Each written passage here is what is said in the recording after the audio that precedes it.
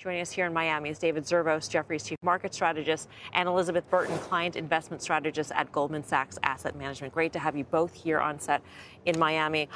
Elizabeth, I'll start off with you. What is your reaction? Because, you know, it's funny, the statement came out, people got really concerned that it was hawkish.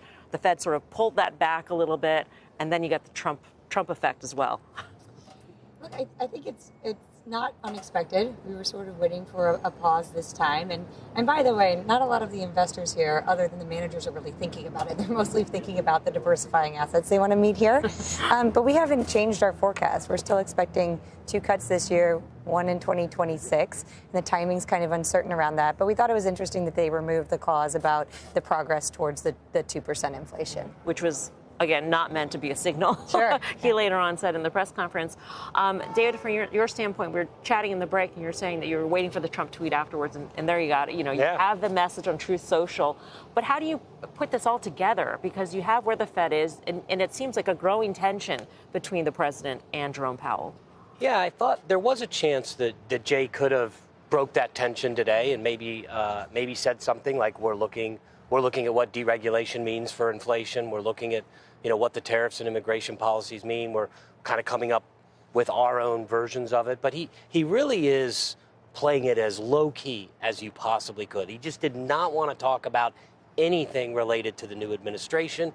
And I thought that was kind of I think he's got to do it at some point. So why not get it out of the way and just start the process? I don't know what delaying it for another 6 weeks does, but that's what he chose to do. He's going to have to step up and start saying things sooner rather than later. And, we're going to be watching these Trump tweets post FOMC meetings probably closer than we're going to be watching the SEP and the statement in the coming months, coming quarters. If you listened to or watched Elizabeth over the last year and a half, she was one of the few people that got the inflation story right. And it's still a problem without question. CRB index is at a 15-year high. So is it going to continue to be a problem, I guess is my question.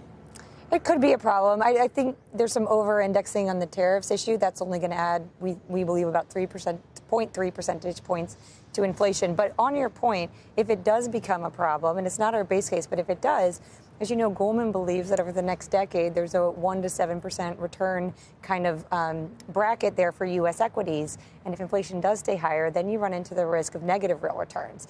And for the clients I serve, which is mostly U.S. public pensions, that's a massive issue, particularly because, look, last year was a good year for 60-40, but only because of the 60. So there's a lot of hurdles here. Yeah, David, we keep hearing about this new administration and flooding the zone with all these policy ideas, right? Yeah. And it's kind of creating a little bit of uncertainty or a lot of bit of uncertainty.